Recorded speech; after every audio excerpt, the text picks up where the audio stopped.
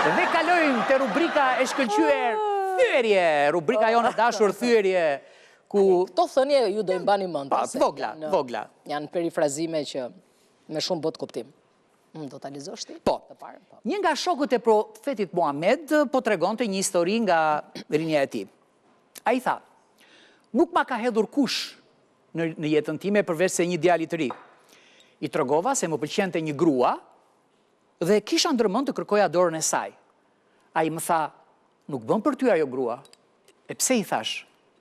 Sepse një burrë ka puthur atë. Fjalët e tij më dogjën dhe ajo grua më doli nga zemra. Pas pak kohësh mora vesh që ai djalë ishte martuar me atë vajzë. Shkova e takova dhe I thash: "Ore, po ti më the që atë e ka puthur një burr." "Të vërtetën?" thash. "E puthi babai vet."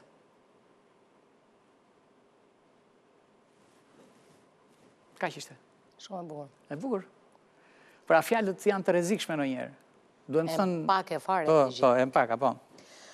Shumë njerëz I kërkojnë mrekullit jashtë vetes, duke pritur një zjarr të shpërthejë apo një det që të hapet. Nuk e kuptojnë se mrekullia më e madhe është që të ndryshojnë zemrat e njeriut. Të zbutet pak ashpërsia, të ndaloj pak urrëtitjen, të ngrihet edhe pas thyerjes. Nëse do të shohësh mrekulli, shiko brenda vetes, kur Zoti të përmbys dhe të ngre rishtas, atëherë kupton se mrekullia jeti vet. Sa më pëlqeu kjo. Okej. Mirë, kë do ftojmë tani? Jo, një sekond fare, do lexoj edhe një gjë të vogël. Po, më pëlqen, po. 3 nivelet e ironisë, pra, ata që bëjnë ironi në 3 nivele.